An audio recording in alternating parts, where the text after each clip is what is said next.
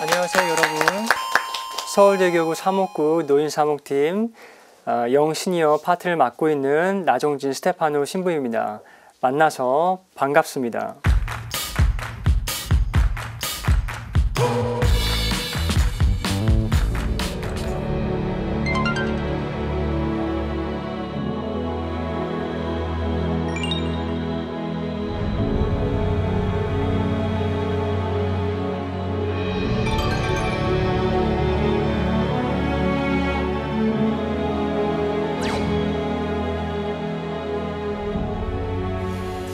본격적으로 강의를 진행하기에 앞서서 여러분들에게 질문 한 가지를 드리고 싶은 게 있는데요.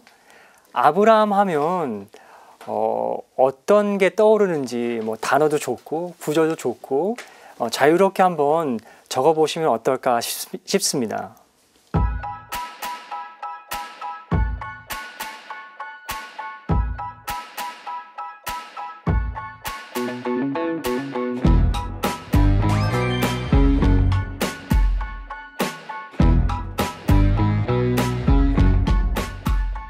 다들 쓰셨나요? 네. 네, 그러면 한번 이렇게 들어보시겠습니까? 네.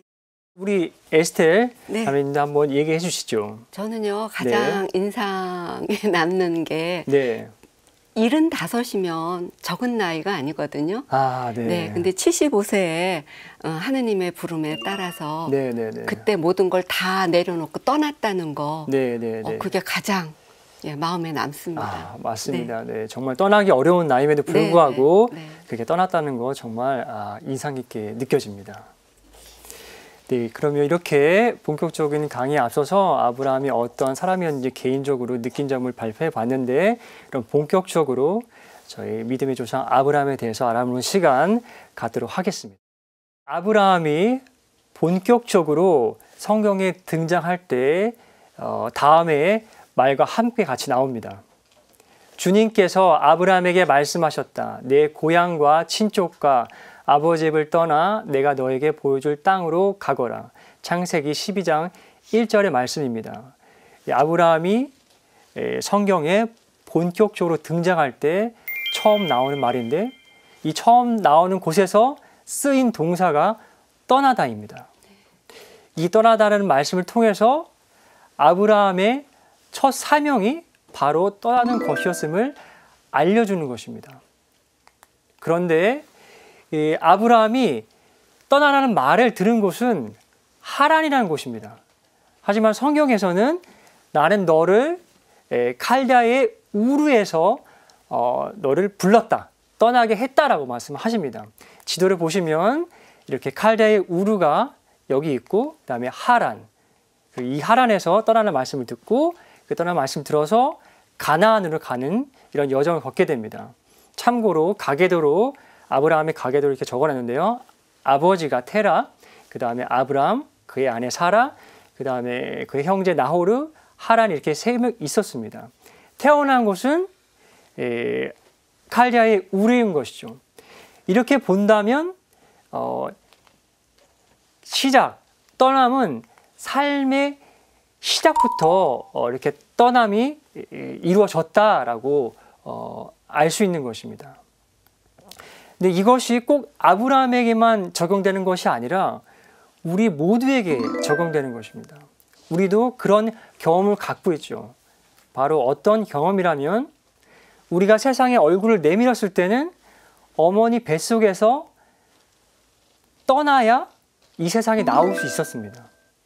10달 동안 어머니 뱃속에 있다가 삶을 시작할 때 엄마 뱃속에서 떠났던 것이죠. 떠나지 않고서는 엄마와 아기가 다 위험하게 되는 것이죠. 그리고 나서 이 떠남은 결코 쉽지 않았다는 것을 또한 알게 됩니다. 아브라함이 그렇게 떠나는 것도 쉽지 않았지만 엄마 뱃속을 떠나는 것도 쉽지 않은 일이었습니다. 왜냐하면 아기를 보십시오. 아기를 보면 엄마 뱃속에 나올 때 너무 힘드니까 와 하고 막 울지요. 네. 아주 크게 웁니다. 그리고 나서 어머니는 어떻습니까? 산고에 고통을 겪죠. 떠나보내는. 그래서 피를 흘리기도 하고 아파하기도 합니다. 그래서 떠나는 일은 또한 쉽지 않음을 알 수가 있습니다.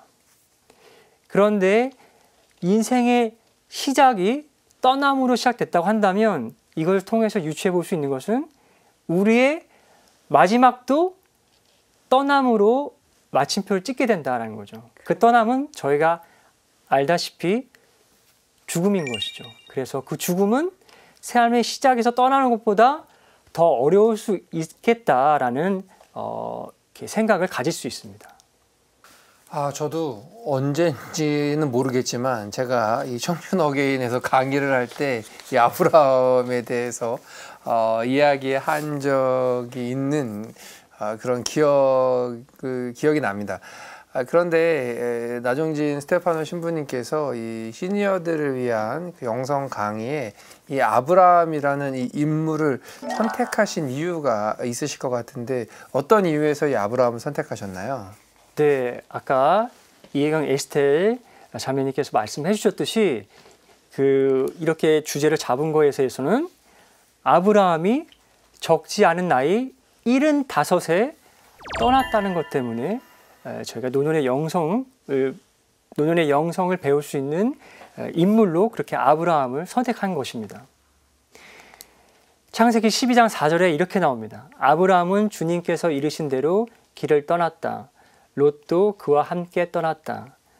아브라함이 하란을 떠날 때 그의 나이는 75이었다 라고 하는 거죠. 이 75은 이렇게 이해해 볼 수가 있습니다. 75쯤 됐으니까 이제 떠나라고 할 수 있겠다. 저희가 열매를 수확하려고 할 때도 무르익어야 수확을 할 수 있지 않습니까? 그러면 75세가 됐으니까 인생이 무르익었다. 그래서 이제 떠나라고 할 수 있겠구나라고 여겼기 때문에 하느님께서 이렇게 떠나라고 하실 수 있었던 것이 아닌가 그런 생각을 해보게 됩니다. 그런데 나이가 들면 저절로 이렇게 무르익어서 떠나라고 했을 때 떠날 수 있을까요? 떠나는 건 쉬운 일이었을까요? 아닙니다. 어려운 일이었죠. 그런데 아브라함은 선뜻 떠납니다. 아무런 토도 달지 않고 떠나게 됩니다. 그걸 봤을 땐 삶의 시작부터 이 순간까지 크고 작은 떠남을 잘 해왔다는 것이죠.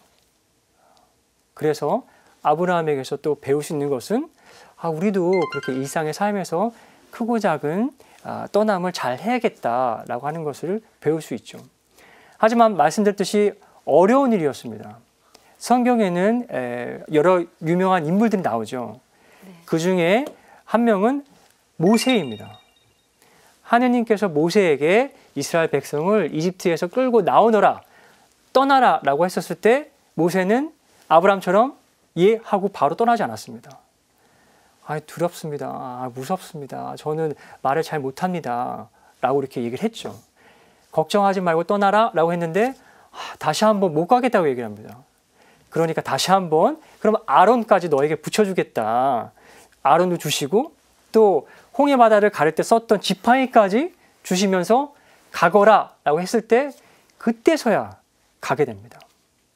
그리고 또 구약의 대예언자 중에 한 명인 예레미야 예언자도 떠나라고 이렇게 말을 들었을 때 예언자의 삶으로 떠나라라고 했을 때도 저는 아이라서 말을 못합니다 라고 이렇게 거절을 하게 되는 거죠.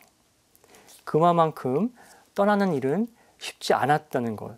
그럼에도 불구하고 아브라함은 75에 떠났다는 것. 아주 중요한 시사점을 저에게 주는 것이죠.